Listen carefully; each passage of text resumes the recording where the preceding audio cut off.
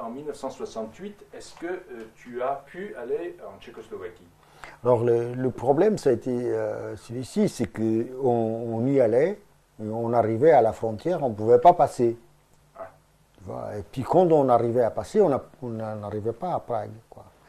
Bon, ce qui est intéressant, c'est qu'à l'époque, il y avait énormément d'échanges entre l'école de cinéma de Lodz et l'école de cinéma à Prague, quoi.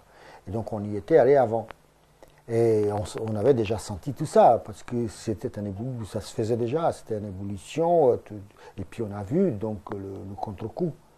Mais alors, est-ce qu'il y avait des différences entre, par exemple, le régime polonais et le régime tchèque? Oui, énormément. D'abord, comme tu as vu, les cinéastes tchécoslovaques, ils faisaient une critique de leur société avec les films qui ont été réalisés à cette époque. Je ne sais pas si tu en as vu quelques-uns, Trans, étroitement surveillés, tout un tas d'autres films, quoi. Alors que les Polonais, l'école de cinéma en Pologne, avait peut-être déjà une tendance plutôt, tu vois, droitière, quoi. Tu vois, en gros. Mais évidemment, ils se considéraient des artistes entre eux et tout ça. Donc, les affaires de la Tchécoslovaquie en 68 ont déclenché aussi à l'école de cinéma à Lodz une énorme bagarre, donc des débats extraordinaires auxquels je ne pouvais pas vraiment prendre part parce que la maîtrise de la langue était très difficile. Le polonais, ce n'est pas une langue facile. Et donc, je ne pouvais pas. Et quand j'intervenais, c'était en français. Évidemment, on me mettait hors jeu. Mais il y avait une chose intéressante. Ce qui est intéressant, c'est que les facs de sociologie et tout ce genre de choses, là, oui, on a trouvé des gens très intéressants. Mais les gens du cinéma étaient plutôt dans une attitude plus réactionnaire que celle des cinéastes tchécoslovaques, quoi. Donc ça a fait une sorte de boule de neige, les deux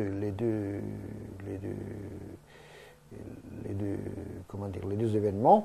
Mais par exemple, pour moi, pour d'autres étrangers qui étaient là, nous, on a très bien compris ce qui se passait. Parce que pour nous, finalement, Prague représentait en effet une possibilité de rénover tout le système corrompu qu'on avait observé en Pologne et qu'on avait observé dans d'autres pays. Bon, en Allemagne de l'Est, c'était ça avait un air beaucoup plus austère et j'avais une perception légèrement différente de celle de Pologne, mais c'était évident que pour nous, c'était un espoir. Et à ce niveau-là, était un espoir, mais différent de ce qu'en Occident, c'est-à-dire en France, les oppositions qui se faisaient au régime communiste, soviétique et tout ça, je ne sais pas jusqu'à quel point, finalement, ce n'était pas tout simplement un effet de stratégie. En gros, sans tenir compte du reste. Mais ce qui est certain, c'est que vraiment, Dubček représentait en effet l'opinion publique tchèque en général. Est-ce que tu as eu l'occasion d'en parler avec les Tchèques eux-mêmes quand tu es allé à Prague? Est-ce que tu as pu avoir des contacts avec les cinéastes tchèques? Oui, à l'école, quand on y est allé, mais c'était avant le coup. Donc, ce qui était intéressant, c'est qu'il y avait un consensus. Ils étaient à l'aise, ils savaient qu'ils étaient en train de faire un travail qui, de toute façon, était accepté dans les instances différentes de pouvoir lorsque Dubček était au pouvoir, et que toute la Tchécoslovaquie était dans une sorte de reconstruction, je dirais, au niveau de la liberté, de l'expression, tout ça. Il n'y avait pas de problème, ils étaient en train de foncer. Et simplement, après le coup de Prague, là, c'était très difficile parce qu'il y a eu les frontières qui ont été fermées. Alors, carrément. Tu l'as appris où, ce coup de Prague? Tu étais en Pologne quand ça s'est passé? Non, j'étais à Paris. J'étais rentré en Pologne quelques jours après. Donc tu étais à Paris au moment où le printemps de Prague a eu lieu? Exactement. Et donc je devais partir 3 jours ou 4 jours après, en Pologne. J'ai retardé un peu. Et je suis allé, donc j'ai retardé un peu parce que j'étais avec un Brésilien qui, lui, est allé à Prague. Et puis, c'était comme il parlait ni le polonais, ni le français, ni l'anglais, ni rien. il est allé à la frontière, il n'a pas réussi à rentrer, il est revenu à Paris, il me demandait pourquoi on ne l'avait pas laissé entrer. Et moi je lui ai dit, écoute, tu sais, c'est en train de se passer ceci, cela, quoi. Donc il y a les Russes qui ont envahi la Tchécoslovaquie et je lui ai expliqué la situation. Et après je suis reparti avec lui, parce qu'il était avec moi en Pologne, il faisait d'autres études. Et après on a essayé d'aller à nouveau à Prague, mais en effet, les frontières étaient bloquées. Et là, on n'a pas pu rentrer. On est revenu à Lodz, et là, il y avait un remue-ménage tout au moins dans l'université. Les ouvriers et tout ça, ça ne bougeait pas. Mais l'université, elle était en ébullition, et principalement, tu vois, les secteurs de l'université qui se chargeaient des systèmes d'analyse des sociétés, tels que les sociologues, tout ce genre de départements qui sont plus sensibles à ce genre de choses parce qu'ils étaient habitués à observer, quoi. Et alors, qu'est-ce qu'il y avait en Pologne? Une réprobation de l'action des soviétiques ou alors une réprobation de... Au niveau des étudiants, oui, il y avait un débat assez important, une contestation, mais en même temps, cette contestation, si tu veux, n'est pas, tout au moins, elle n'avait pas le même caractère que celle qui était à l'œuvre chez les étudiants tchécoslovaques. Eux, ils avaient des paramètres sûrs parce qu'ils étaient en train, en effet, de transformer leur société. Et dans le cas de la Pologne, les étudiants, au fond, ils pensaient que ça pourrait être élargi, le contre-coup pourrait leur servir pour changer quelque chose en Pologne.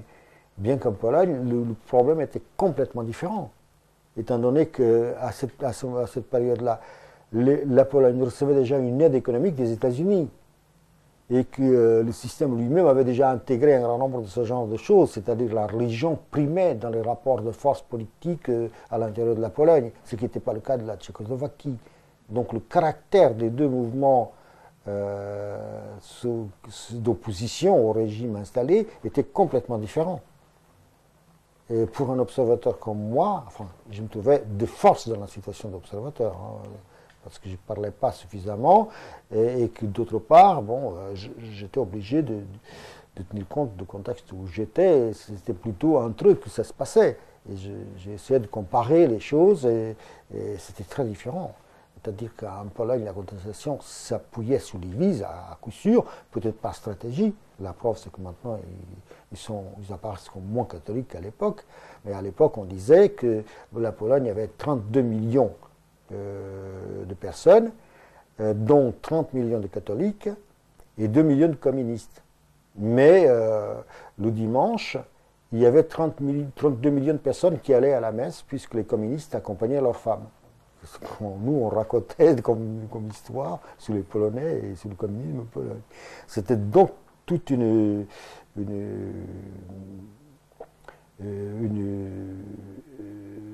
histoire complètement différente. L'opposition à l'intérieur du Parti communiste en Pologne, il était divisé, certainement, mais avec une partie déjà s'appuyant sur l'Église.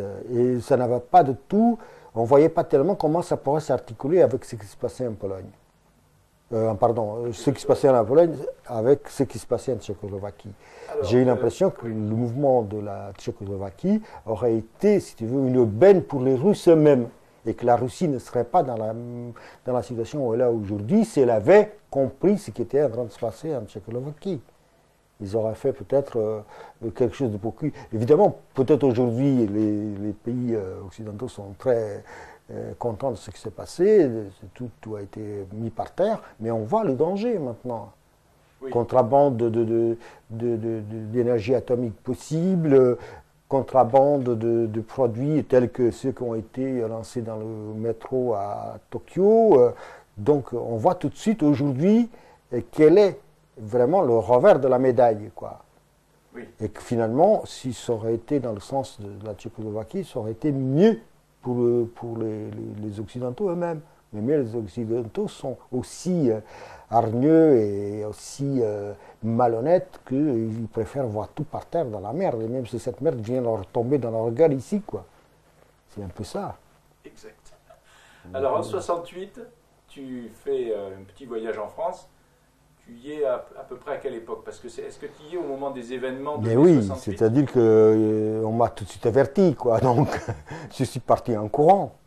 Ah, c'est quand tu as appris ce qui se passait en France Oui, que tu as évidemment. la France. Et puis, ça a rebondi en Tchécoslovaquie avec cette affaire-là. Donc, j'étais venu en France et évidemment, j'ai vécu une partie des événements pendant l'été 68 au quartier latin. Mais évidemment, j'étais en liaison avec des gens ici qui automatiquement m'ont envoyé des télégrammes et, en disant voilà, il se passe ça. Et puis les journaux en faisaient état. Et évidemment, je comprenais mal le polonais, mais les journaux en faisaient état. Et puis, en gros, j'ai reçu tout de suite 2-3 télégrammes en disant ouais, c'est pas le moment de rester en Pologne, viens ici, quoi.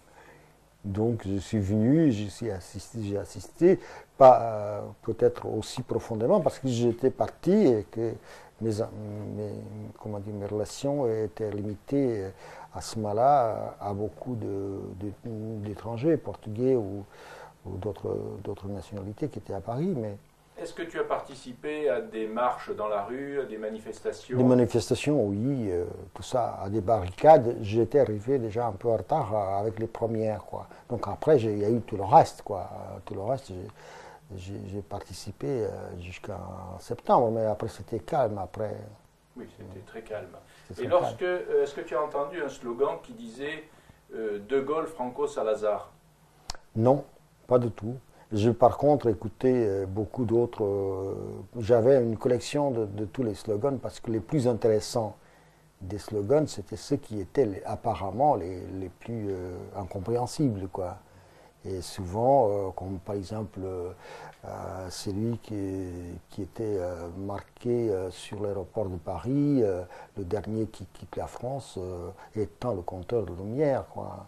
Tu vois, c'était magnifique. Il y en avait des slogans, parce qu'il y avait énormément de gens qui se tiraient avec une paire bleue, alors qu'il n'y avait pas de quoi, tu vois. Il y avait donc des slogans qui étaient fantastiques, beaucoup plus marrants comment ça s'appelle, que ceux qui étaient habituels, et je m'accrochais à cela. Oui, parce qu'il y avait une espèce de création à la fois dans le langage, dans les affiches qui étaient faites aux Beaux-Arts, justement, et puis dans l'attitude des gens qui se mettaient à parler. Qu'est-ce que tu retiens, toi, de 68? Pour moi, c'est-à-dire ce qui me gêne aujourd'hui, c'est quand les gens te disent tu es un 68 ans retardé. Alors, je pense que la révolution n'a pas eu lieu, mais il y a eu la transformation totale de la société française. Et non seulement ça, comme 68, c'est bel et bien un événement qui a eu un écho dans le monde entier. Mais partout. En Chine, au Japon, partout, tu vois, il y a eu un écho. Même si l'écho a été plus ou moins palpable dans certains pays que dans d'autres. Mais 68, c'est un événement qui s'est reproduit en Allemagne, partout. C'est devenu, si tu veux, quelque chose de mondial. Même en Amérique latine, ça a eu son écho. Donc 68 ne peut être considéré en aucun cas comme le petit événement causé par les étudiants au quartier latin ou à Nanterre. Et non, ça a dépassé de loin les frontières de la France. Et puis il y a une autre chose, c'est que cette forme de comportement, cette proposition-là, était différente de toutes les autres propositions qui ont été faites jusque-là sur l'idée du changement d'une société, quoi. 68 était beaucoup plus pacifique, était plus, d'ailleurs on le disait, c'était une fête, mais en même temps on critiquait que c'était une fête, ça. Évidemment pour les appareils politiques, CGT, PC, ils ne comprenaient rien, puisqu'ils étaient en dehors de leur code, quoi, en gros. Mais ce qui était extraordinaire, c'est l'invention fantastique, c'est-à-dire dès le vêtement, à la manière de manger, à la manière de se coucher, tout a changé après ça. Même si on vient me dire aujourd'hui, ah, tu es un 68 ans attardé, je pense que c'est les autres qui sont attardés parce qu'ils sont tellement cons qui ne savent plus, ils vont tuer un babacule ou n'importe quoi, tout ça. Ils s'accrochent à des clichés et beaucoup de gens ignorent exactement la générosité des idées qui ont animé ces mouvements. Ce qui a changé pour les Français, c'est extraordinaire. Les rapports sexuels, il y a eu tout de suite après la révolution sexuelle, tout a changé, tout. Et je pense que la France s'est rajeunie considérablement. Et les idées ont énormément c'est-à-dire, si tu veux, la France des années 70 était démocratique, celle des années 60 était répressive, peut-être aussi parce qu'ils avaient encore peur de l'agitation du fait que la guerre d'Algérie venait se terminer, mais dans les années 60, la présence de la police, partout dans les quartiers, même au quartier latin, c'est lorsqu'il y avait 3 personnes sur le trottoir, allez circuler. Et la France après, c'était une France où il y avait la joie de vivre qui s'installait. Et chacun a changé, la communication entre les générations, tout a bougé. Et on avait un plaisir à vivre. Au fond, les années 70, malgré les pouvoirs de droite, si tu veux, on avait une joie à vivre et on pensait tous que de toute façon, ça allait évoluer sur d'autres formes. Et ça a galvanisé tout le monde. La preuve, jusqu'à 77, 78, 79, ça bougeait encore. Ce qui a été fatal, c'est que le cadavre c'est-à-dire de ceux qui ont enterré 68 a été récupéré par la montée de la gauche, enfin ce qu'on appelle la gauche, le PS, au pouvoir. Et évidemment, remettre un cadavre comme ça au pouvoir, après les années 70, c'était foutre en l'air toutes les comment dire, les idées neuves, tout ce qui avait germé pendant cette période-là, cette liberté, tout cela. Finalement, je crois que Mitterrand a réussi à s'imposer grâce à cette... il a comptabilisé pour lui cette vague idée qu'il fallait changer la société. Comme on n'avait pas d'autre alternative, les gens finissent pour voter en disant peut-être, on ne sait jamais, on pourra peut-être faire quelque chose, quoi. C'est pour ça que le contre-coup des années 80 est très fort. Alors on n'est pas encore en 1980 là. En 68, un petit détail, c'est quand même une révolte d'intellectuels. Comment tu l'aperçois? Moi, ce que je perçois, c'est pas une révolte d'intellectuels. D'abord, donner à des étudiants le statut d'intellectuel, c'est déjà aller trop vite. C'est pas parce qu'on a un petit diplôme, il y a encore, eux, ils ne les avaient pas, ils étaient en train de les faire. Mais c'est pas parce qu'on a une licence en quoi que ce soit, pas plus qu'une licence en français qu'une licence en sociologie. On les a accusés de petits bourgeois. Mais écoute, c'est d'autant plus fou qu'une des choses qui a joué, c'est que ce qui est arrivé en 60, c'est que l'université commençait à être en effet plus en accord avec la société française. Parce que jusqu'en 60, il y avait 1% de fils d'ouvriers qui allaient aux universités. Après, avec la pression de ce qui a été les années 60, les universités ont été obligées de se démocratiser, de s'ouvrir à tout le monde. D'ailleurs, c'est pour ça que finalement, on a créé le ghetto de Vincennes. C'est que finalement, il y avait énormément de gens qui arrivaient par des vagues successives et qui arrivaient à l'université.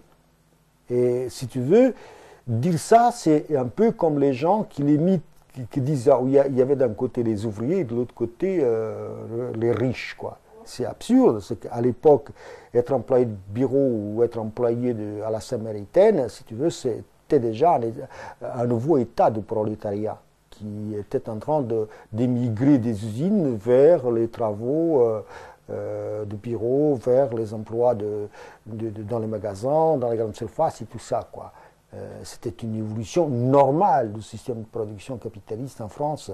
C'est-à-dire qu'on avait besoin de moins d'ouvriers et plus d'employés qui débrouillent ailleurs, quoi. Donc n'importe qui de ces personnes-là envoyait un fils à l'université. Et tout ça, c'était en train de... Donc ce qui fermentait, c'est pas forcément seulement les fils de bourgeois qui le faisaient. Ça n'a pas de sens, quoi, de poser les choses un peu comme ça. C'est des clichés, c'est des caricatures, quoi. Ce n'est pas essayer de voir un peu de plus près, quoi. Bien, c'est ce que je voulais t'entendre dire. Ah bon, alors. Bien, tu repars en Pologne, donc fin 68. Tu te sens une différence entre la mentalité que tu venais de quitter en France et celle que tu retrouves en Pologne. Mais en septembre, quand tu pars de France, c'est déjà la répression. Oui, c'est-à-dire que de toute façon, quand je pars de France, il y a une chose qui est certaine. D'abord, j'avais déjà constaté l'échec là-bas de ce qui était ce système-là. Et puis, quand je suis allé dans ce pays-là, j'avais quand même un rêve qui était non seulement d'aller faire une école de cinéma, mais d'aller dans une société où j'imaginais que tout était beaucoup plus intéressant, que c'est beaucoup plus pour toutes les couches sociales, quoi. Et si tu veux, l'espoir après, il était ici. Donc, tu vois, il s'était déplacé. Qu'avec ces événements-là, l'espoir était en France. Je vivais de plus en plus mal là-bas, puisque je pensais que c'était ici qu'il fallait être.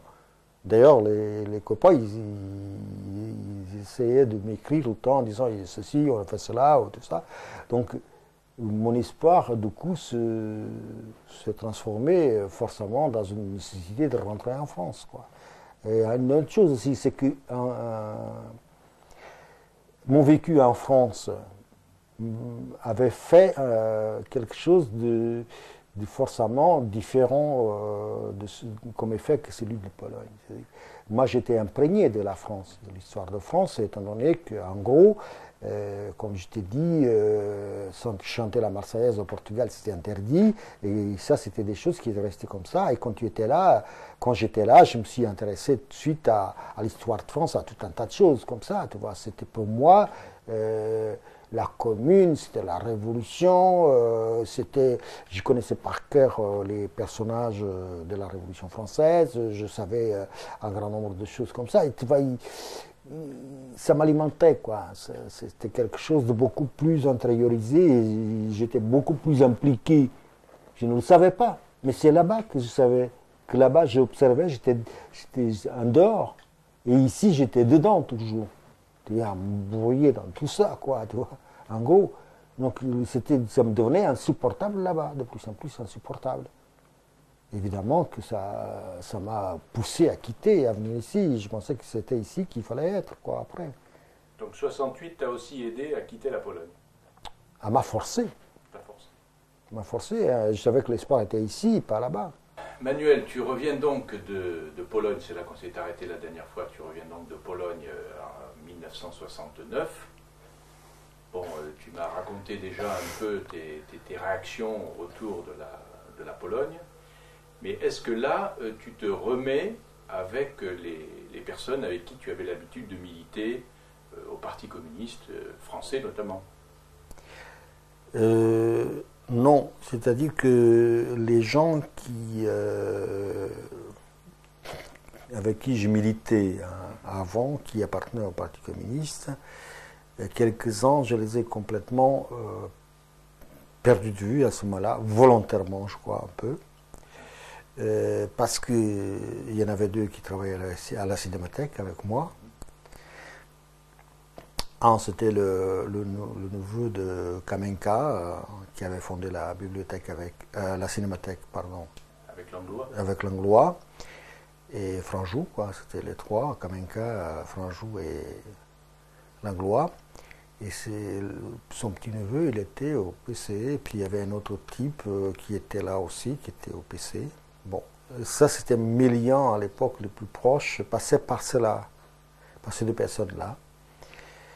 Et il y avait des raisons que déjà me faisaient douter un peu du Parti communiste français, parce que les gens que je retrouvais, en gros, étaient trop dogmatisés et peu informés. C'est-à-dire, qu'est-ce que C'est-à-dire il y a une chose qui m'a énormément choqué, c'est que ces gens-là avaient vécu une jeunesse, tu vois, scolarisée, normale, et ils étaient militants du Parti communiste. Par contre, ils lisaient jamais Marx, ils lisaient jamais les textes les plus importants même de la Révolution. Non seulement Marx, mais bon, il y avait aussi en France des Auguste Comte qui étaient mal vus, mais évidemment, il fallait savoir de quoi on parlait pour pouvoir faire la différence et de savoir un peu qu'est-ce que prétendait le marxisme, surtout Marx, quoi, dans le texte, quoi. Sinon, je ne comprenais pas et j'avais le même sentiment que j'ai eu un peu au Portugal, mais qui au Portugal était justifié par le fait qu'on ne pouvait pas avoir accès à cette information-là. Donc, ça me faisait rigoler parce qu'à un moment, j'avais un copain dans ma ville avec qui j'ai discuté parce que j'ai essayé quand même de le convertir à mes options politiques. Il me disait, mais qu'est-ce que c'est que le communisme ? Et puis moi je lui répondais, tu sais, le communisme c'est le bien-être pour tout le monde, quoi. Mais qu'est-ce que c'est que le bien-être pour tout le monde? Il disait, ça peut pas, qu'est-ce que ça veut dire? Écoute, tu as tout ce que tu veux, quoi. J'avais des réponses un peu comme ça. Il me disait, mais ça veut dire que tout le monde va être riche. C'est l'inverse de ce que tu dis, parce que si tout le monde est riche, tout le monde a ce qu'il veut. Donc je ne savais pas. Et je m'étais rendu compte que je ne savais pas ce que c'était le communisme à l'époque et que je ne savais pas comment apprendre et tout ça, quoi. Donc quand je suis arrivé en France, en effet, ma première démarche c'était d'acheter des livres sur Marx et essayer de comprendre de quoi il s'agissait et tout ça. Et j'étais très choqué du fait que des gens qui étaient militants du Parti communiste, qui en plus avaient fait des études, parce que ce garçon il a fait des études de droit, et je ne comprenais pas pourquoi ils ne lisaient pas Marx, ils n'essaient pas de comprendre Marx, ils essaient, tu veux, se limiter à tous les contacts que le parti avait, c'est-à-dire à lire l'Humanité ou des brochures du parti, ou des choses comme ça, quoi. Et ça m'a un peu, comment dire, éloigné d'eux.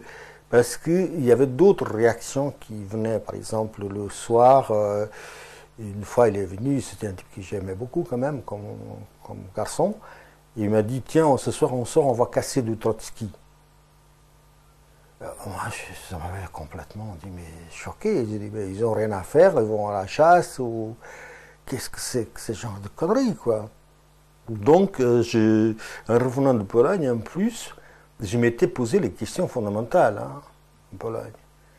Donc, je ne pouvais plus envisager la politique ni mes conceptions du monde de la même manière.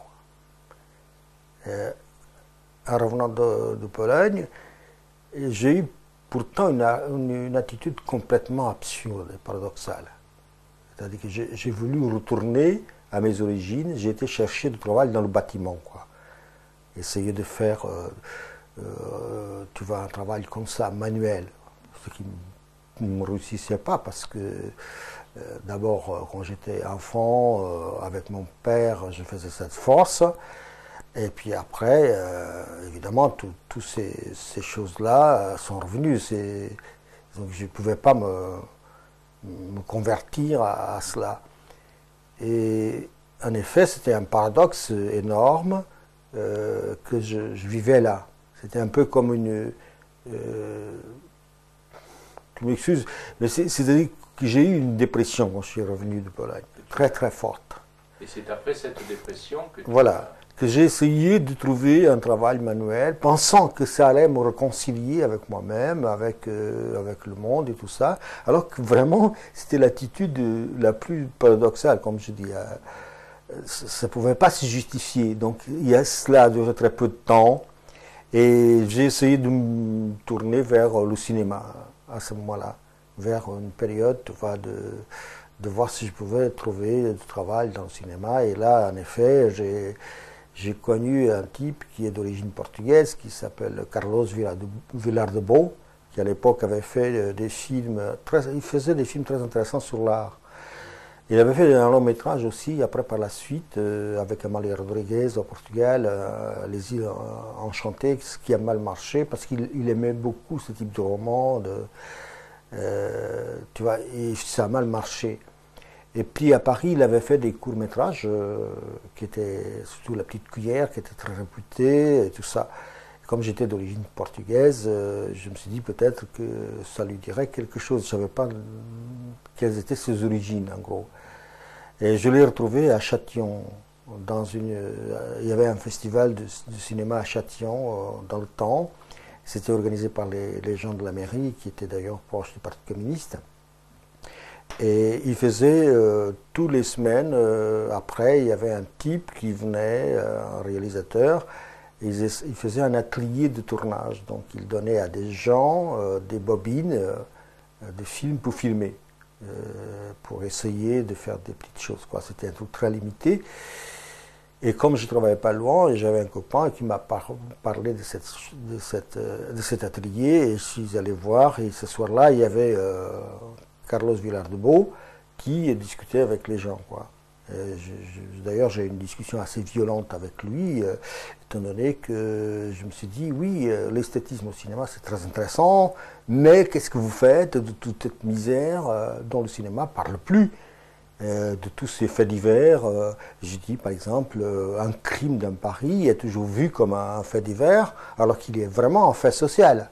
Ce n'est pas un fait divers seulement, c'est un fait social. Et ça montre que la société a à l'intérieur d'elle-même constamment des choses qui dérèglent son fonctionnement, parce qu'elle n'est pas basée sur des concepts et des valeurs sûrs. Donc, pour moi, la société est en effet une société capitaliste, tu vois, donc je n'existais pas le discours, et son but initial, ce n'est pas celui de résoudre le problème des gens, mais au contraire d'en profiter pour faire des bénéfices et créer des privilèges. Donc il y a toute une discussion avec lui qui, vraiment, lui, le marxisme, c'était quelque chose qui lui faisait peur.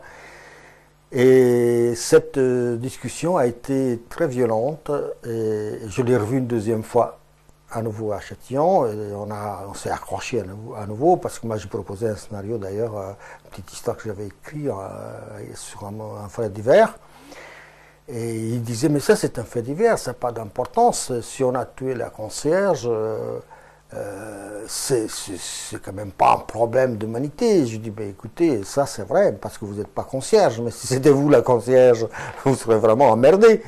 Donc il y a eu tout un affrontement très fort. Et puis une fois, j'ai passé boulevard Montparnasse, là devant le Select Café, sous le trottoir. Et c'était un été, et il y a un type qui s'est levé et qui m'a dit, venez, et c'était Vilar-de-Beau, en effet, qui voulait discuter avec moi à nouveau. Et on s'est engueulé énormément, quoi. Et puis, en effet, plus tard, je lui ai demandé si je pouvais assister à un de ces tournages, et il m'a donné cette possibilité-là. Et du coup, j'ai commencé à travailler comme assistant un peu chez Pathé, là où il travaillait beaucoup chez Pathé. Et puis, il m'a introduit aussi dans d'autres boîtes de production de publicité, comme cinéma, comme image et publicité. Et bon, j'ai démarré un peu comme ça. Voilà. Ce que j'avais pas réussi quand j'avais toutes les possibilités, quand j'étais à la Cinémathèque, de contact avec les grands réalisateurs, qui aurait certainement facilité mon entrée dans le métier, parce qu'ils étaient tout le temps en train de me parler, d'être très sympathiques. Tu n'as pas eu l'idée d'aller les revoir à la Cinémathèque, de reprendre contact avec eux quand tu es revenu? Peut-être que l'Anglois t'aurait permis de redémarrer encore à la Cinémathèque. Oui, il m'aurait permis. D'ailleurs, après, plus tard, je suis revenu à nouveau à la Cinémathèque. Mais je ne pouvais plus supporter ça, quoi. C'était au moment où l'Anglois montait le musée du cinéma dans l'étage, tu vois, par-dessus la Cinémathèque. Et ce qui était intéressant, c'est que je me promenais avec lui là-dedans tous les matins, il entrait, tu vois, il y avait des gros panneaux qui étaient en train de s'installer pour faire l'exposition. Et dès le matin, il poussait une engueulade parce que les couleurs n'étaient pas les couleurs qu'il avait voulu pour les panneaux et tout ça, quoi. Et ça se passait de la manière suivante, c'est qu'il arrivait le matin, il jetait un coup d'œil et bon, il faisait reprendre tout ça. Évidemment, on allait au fond, d'ailleurs, il déjeunait tout au fond, il y avait toujours un grand plateau de fromage, il adorait le fromage, il mangeait des fromages, il buvait de rouge, il mangeait du fromage. Et à cette époque-là, il faisait déjà des cours à l'université au Canada. Et puis les copies, il me disait, bon, qu'est-ce qu'il y a de bon là il me donnait toutes les copies à lire, et il me disait, qu'est-ce qu'il y a de bon, qu'est-ce que ça vaut la peine. Donc je lui lisais les choses, les propositions des étudiants, les réflexions, les travaux des étudiants sur ce qu'ils faisaient comme cours, parce qu'il allait faire ses cours en avion là-bas, quoi. Et puis on repartait à la cinémathèque, il traversait à nouveau tout l'étage, et il disait, mais ces couleurs, c'est pas les couleurs que je voulais, et tout ça, il engueulait les gens et tout ça, jusqu'au moment que j'ai découvert que c'était simple, étant donné que le matin on arrivait, il y avait une lumière qui entrait par les fenêtres, l'après-midi il y avait une autre lumière, tu vois, donc la couleur changeait selon l'incidence de la lumière sur le panneau. Mais lui, tu vois, pas question, c'est pas la couleur que je voulais, il faut reprendre tout. Alors j'avais plus de patience pour ce genre de choses, et peu à peu je me suis éloigné de la cinémathèque. Alors, là, en 71, Salazar meurt au Portugal. Tu suis encore cette actualité? J'ai lu le 27 juillet 1971, mort de Salazar. Oui, il est tombé d'une chaise. Il est mort en tombant d'une chaise. Ce qui est intéressant parce que au moins 9 millions de personnes n'ont pas réussi à l'assassiner ou le tuer, mais par contre, cette chaise nous a rendu un service incalculable. Et ce qui est extraordinaire, c'est que notre époque, avec Salazar, avec Franco, avec d'autres dictateurs, c'est l'époque de la lâcheté. C'est l'époque où les dictateurs meurent au lit. Ils ne sont plus assassinés comme César, ni comme Staline. Ils sont morts tranquillement, avec la bénédiction de tous les gouvernements des pouvoirs occidentaux. Et ça montre finalement comment, implicitement, tous ces pouvoirs ont toujours eu une tentation, sinon même une stratégie, qui faisait croire aux gens que si on les refusait, ils avaient là le loup, qui était le fascisme ou l'extrême droite, pour nous dire, bon voilà, c'est ça ou pire. Vous avez qu'à choisir. Si vous n'êtes pas sage, évidemment, on vous fout un fascisme dessus. Et ça, c'est valable en France comme dans d'autres pays. En Allemagne, alors, c'est le scandale, étant donné qu'on a mis des anciens nazis au pouvoir, comme en Autriche, on a mis des gens qui, normalement, devaient être jugés et condamnés. Et je pense que ça traduit notre époque. C'est pour ça que j'ai du mal toujours à condamner ce qui reste du communisme.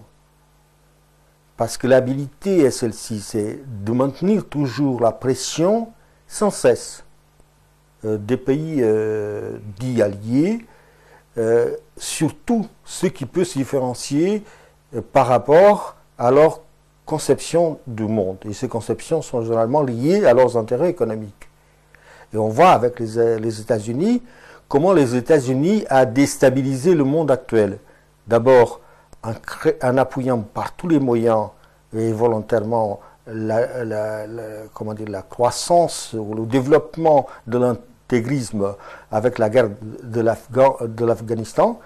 Et cet intégrisme dont on se plaint aujourd'hui, les démocraties font la fine bouche en disant oui, mais ça nous traumatise, ça traumatise tout le monde, l'intégrisme c'est quelque chose qui n'est pas valable, évidemment. Le capitalisme a beaucoup plus d'intérêt à avoir une position non extrémiste, parce que les gens fonctionnent mieux dans la société et ils ont davantage d'intérêt et de profit à tirer que dans une position glacée ou gelée où tout est impossible à manœuvrer, quoi. Comment a réagi la communauté portugaise en apprenant la mort de Salazar?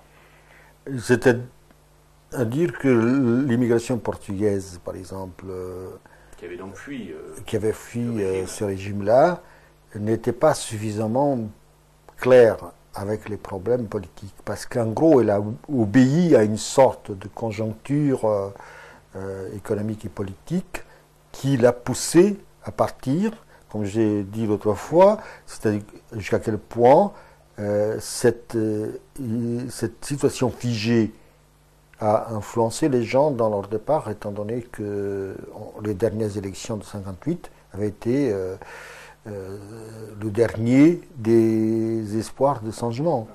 Mais on ne peut pas dire qu'une population, on sait très bien qu'une population, souvent, elle a des intuitions.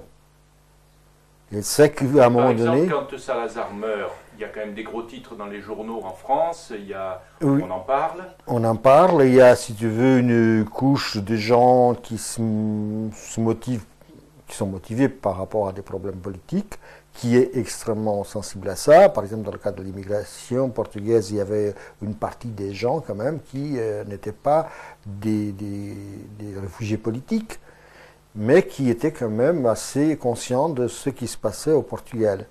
Et là, on a pensé qu'il y aurait un changement possible, et que normalement le tissu politique portugais allait se déchirer parce que certaines personnalités pourraient chercher à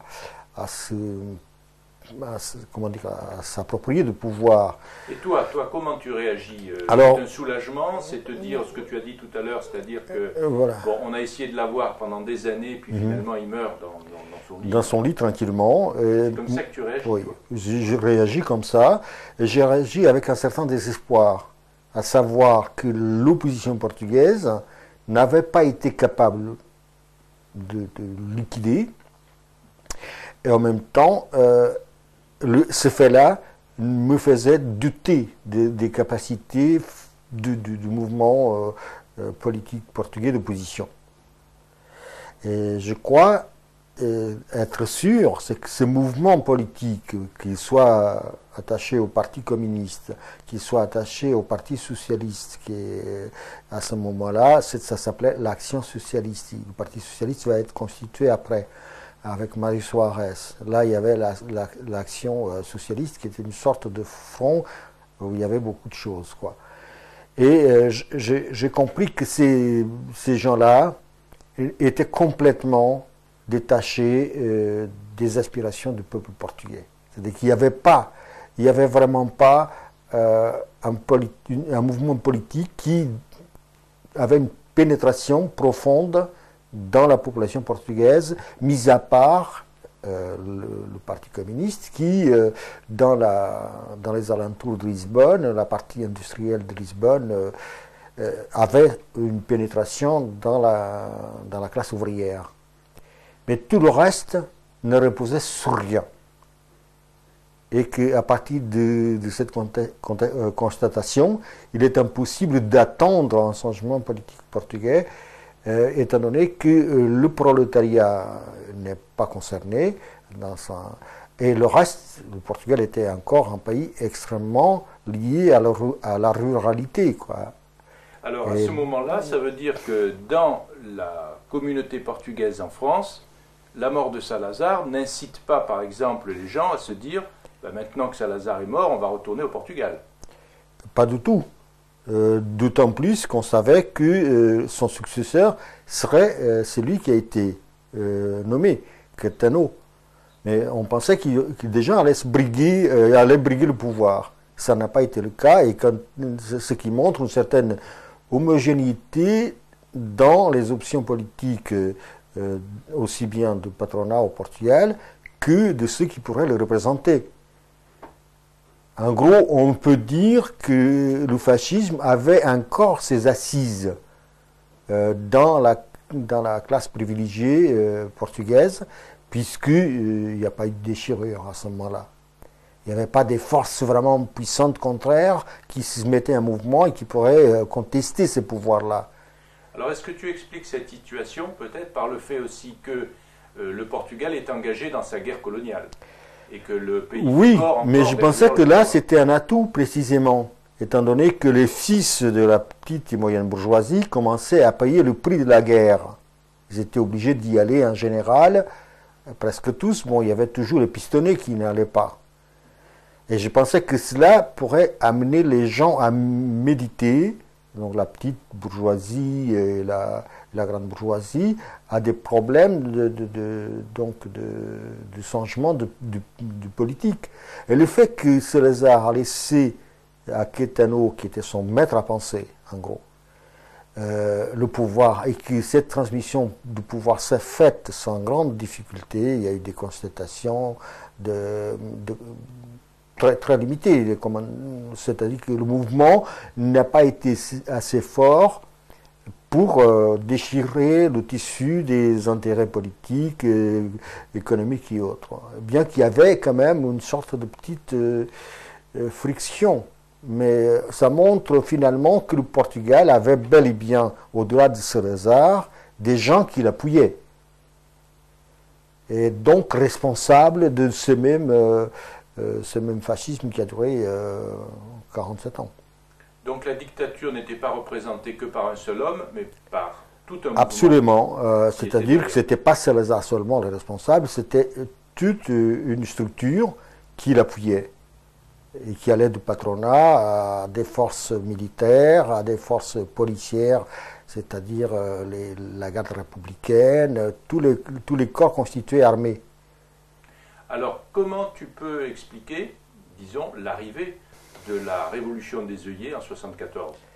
Comment tu l'analyses ? Je t'avais donné déjà un bout de cette solution, quoi. Et il y a deux choses qui ont joué fondamentalement. D'une part, les guerres coloniales, d'autre part, l'immigration. Alors, les guerres coloniales font que le Portugal ne peut pas se battre dans tous les fronts, donc il n'y a pas de moyens. D'autre part, l'immigration provoque un déséquilibre à l'intérieur du pays en ce qui concerne l'offre et la demande de main-d'œuvre, qui commence à se raréfier. Donc, les salaires commencent à monter, et là, le patronat, en effet, commence à être mécontent. Et à penser probablement à la nécessité de changer cette situation-là, qui amène à la catastrophe économique. Alors, le troisième facteur, qui est un facteur à prendre avec précaution, c'est qu'en effet, les fils des bourgeois et de la moyenne bourgeoisie qui fréquentaient l'université étaient recrutés et avaient une préparation militaire et devenaient des officiers. Ils partaient donc en Afrique comme officiers. Et là, ils vont contaminer les officiers de carrière qui sont sortis de l'école militaire, qui sont des gens de la même génération et qui commencent à comprendre que finalement, qui va payer cette guerre, c'est eux. Ils vont mourir, quoi. Ils mordent. Donc il y a de plus en plus de morts, étant donné qu'on ne pouvait pas couvrir tous les fronts. Donc l'armée était fragilisée. Et les éléments sortis des universités vont politiser le corps de l'armée. En Afrique, ce n'était pas difficile, étant donné que tout le monde avait peur. Il y a une petite différence, à savoir que la révolution, je dirais pas la révolution, le coup d'État fait par les militaires au Portugal a été quand même mené par les capitaines. Or, les capitaines ne sont pas tous d'origine sociale, bourgeoise, ne sont pas tous sortis de l'université. Souvent, ce sont des gens qui sont entrés à l'armée, il n'y avait pas de travail, ils y sont restés, ils devenaient caporal, et souvent ils avaient 50 ans, ils étaient encore caporal, et puis ils devenaient sergents, et quelques-uns avec un peu plus de persévérance, ils devenaient capitaines, quoi. Ils allaient déjà pas très loin, ils restaient à peu près là. Donc si tu veux, il y a tout un remue-ménage à l'intérieur de l'armée qui vient de la situation elle-même. Ce qui fait que l'armée n'est plus homogène, elle n'est plus endoctrinée autant qu'elle l'est quand elle est dans une situation de paix, où elle se met dans une situation d'homogénéité et d'hierarchie complètement figée.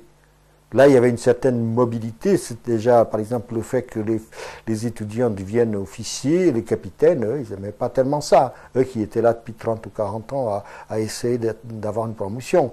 D'autre part, les gens qui avaient fait l'école militaire, eux disaient, mais quoi, nous, on a été formés pour ça, et maintenant, n'importe quel blanc-bec qui vient de l'université devient officier. Donc, tout ça a été chamboulé. Et ça a permis l'armée de se décider à faire le coup d'État. Alors, donc, le 25 avril 1974, ce coup d'État, comme tu dis, a lieu à Lisbonne. Comment tu l'apprends? Alors, je l'ai appris d'une manière terrifiante parce que je n'étais pas en situation de partir tout de suite. J'étais environ à 150 km de Paris. J'ai travaillé à l'époque dans un centre de formation, dans un centre pédagogique pour enfants dits caractériels et psychotiques. Et j'y intervenais, et précisément j'étais là-bas. À l'époque, j'ai travaillé à l'IDEC et en même temps, je travaillais dans ce centre-là. D'ailleurs, il y avait un film qui était en train de se tourner là-bas avec des étudiants de l'IDEC et avec les enfants. Et j'étais très attaché à ce travail-là parce que je m'identifiais à ces enfants-là. Mon enfance était très proche de celle de ces enfants-là.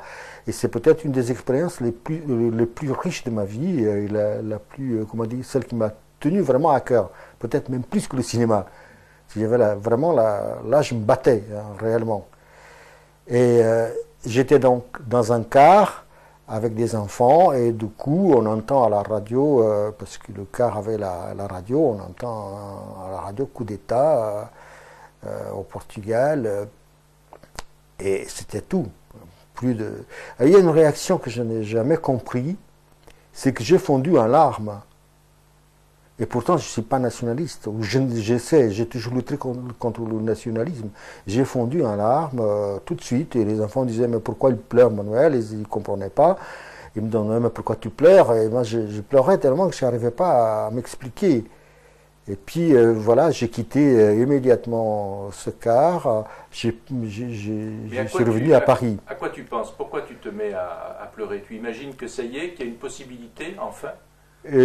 En tout cas, je sais qu'un coup d'État, il n'y avait que deux possibilités, c'est-à-dire soit le coup d'État extrême droite, et là je doutais beaucoup parce que je savais déjà un peu comment ça se passait en Afrique parmi l'armée portugaise, parmi les officiers et parmi les troupes, quoi. Je savais qu'ils étaient au bord de laisser tomber. Donc j'avais une bonne impression. D'autre part, instinctivement, et peut-être c'est encore un vice d'enfance, je me suis dit, maintenant il faut y aller, il faut jouer, il faut mourir, ou il faut tuer, ou il faut... Moi, je me suis mis dans tous mes fantasmes de révolutionnaire. Je dis, il faut y aller, c'est le moment, il faut désarticuler tout ça définitivement. Et donc je suis revenu à Paris pour voir tous les autres copains d'organisation qui se sont tout de suite retrouvés, et puis on discutait qu'est-ce qu'il faut faire du matin au soir jusqu'à minuit, on discutait ce qu'il fallait faire, et puis finalement personne ne se décidait, et moi j'ai pris un avion et je suis allé tout de suite à Lisbonne. D'ailleurs c'est très marrant parce que je suis parti avec Glauber Rocha, un très grand cinéaste brésilien qui malheureusement après par la suite vient à mourir au Portugal, hein, et qui était un copain à l'époque, je le connaissais, et on s'est trouvés tous les deux dans cet avion qui a été l'avion le plus fou que tu peux imaginer, parce que tu imagines un grand avion chargé de gens qui ne pouvaient pas aller au Portugal depuis des années et des années, et qu'on pris cet avion en disant, bon, à l'aéroport on verra. Si on nous laisse sortir, on ne laisse pas sortir, quoi. Est-ce que tu te souviens à quelle date vous avez pris cet avion? Parce que donc le coup d'État... C'était le 27 avril, exactement. Et c'est drôle parce que dans l'avion, finalement, les stewards et tous ces gens-là n'ont plus le pouvoir. Et tout le monde était sous, on a bu tout ce qu'il y avait à boire, on chantait, on dansait, et l'avion dansait lui-même en l'air, quoi. À tel point que le pilote, il essayait de nous calmer parce qu'il disait oh, cet avion-là, il n'y arrivera pas à bord, quoi. Il n'y arrivera pas à la destination parce que tout le monde est debout, tout le monde crie, bouge, court d'un bout à l'autre, et ça va, ça dansait, hein. Vraiment l'avion il dansait, quoi. Il y a un type un copain qui a fait un petit article là-dessus qui était extraordinaire, qui décrivait vraiment l'ambiance telle qu'elle, quoi. On a débarqué à Lisbonne, il y avait les chars de l'armée qui avaient pris l'aéroport, donc qui surveillaient, et il y avait en même temps dans un autre avion l'arrivée de Cunhal, donc le premier secrétaire du Parti communiste. Et il arrivait d'où, lui? Il arrivait d'où? Il arrivait de Prague. Et là, il y avait un char militaire qu'il a pris, donc des militaires qui étaient certainement liés au Parti communiste, et qu'il a pris, il a descendu, et puis voilà, moi j'ai descendu avec Glauber Rocha, et Glauber Rocha, de suite, il y a un journaliste qui m'a dit, mais alors, que je connaissais, un type, et qui m'a dit, mais tu es venu comme ça, un peu.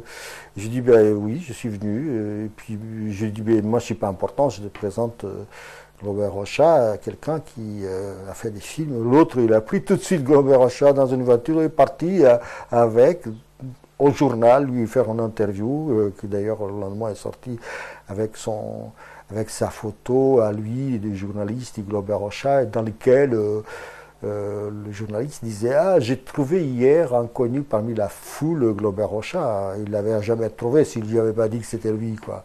Et il m'a laissé planter là, tu vois, tout seul. Quoi. J'ai descendu un bus après, vers le centre. Et donc, retour au Portugal, dans ces conditions, après combien d'années? Bon, je suis venu en 1900.